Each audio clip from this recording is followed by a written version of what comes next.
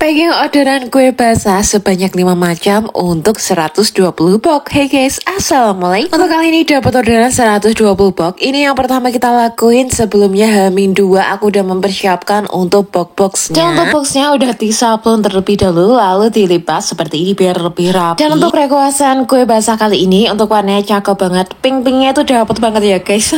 Ini yang pertama ada bolu kukus. Ini harganya 2000-an. Ini yang besar. Juga yang harga 1500-an. Kalau menghendaki yang lebih kecil, dan ini tuh aku mau baking. Untuk yang pertama ada pikang mawar, harganya 1800-an. Dan lanjut yang kedua, ini ada bolen pisang, isinya pisang dan juga coklat, harganya 2000-an. Lanjutnya berikutnya ada risoles. Risoles isi sayur, kentang dan juga wortel, harganya 2000-an sama. Dan ini ada bolu kukus tadi, harganya 2000-an. Ada juga yang 1500-an, itu lebih kecil. Lanjut untuk kue yang berikutnya ada bantalnya orang meninggal. Kalau di daerah aku bilangnya ini adalah dadar gulung. Itu dari kelapa, atau ada yang nyebut ini tuh enten-enten yang dikasih dengan gula putih. Dan untuk penampakan dari snack boxnya itu seperti ini. Ini tuh bisa untuk acara tahlilan, ataupun acara resepsi, ataupun acara-acara yang lain. Dan untuk box untuk ini aku hargai Rp1000 saja, karena ini disertai dengan sablon. Jadi ada tenaganya untuk menyablon dan untuk melipat. Itu menurut aku menambah biaya. Tapi semua tergantung sama selera customer ya guys. Aku cuma mengikuti aja. Ada kalanya kalau orang itu nggak mau di packing dari kita. Jadi biasanya orang yang punya hajat itu udah mempersiapkan boxnya dari rumah, dan dari kita itu tinggal masukin aja. Nah biasanya kalau hal seperti itu dari kita itu kuenya aku satuin jadi satu dengan box yang besar. Nanti di sana akan di packing sendiri. Dan kurang lebih penampakannya seperti ini. Ini tuh cakep banget. Ada warna pinknya menambah merekah. Ada warna hijau sama kuning. Itu menurut aku lebih perpaduannya yang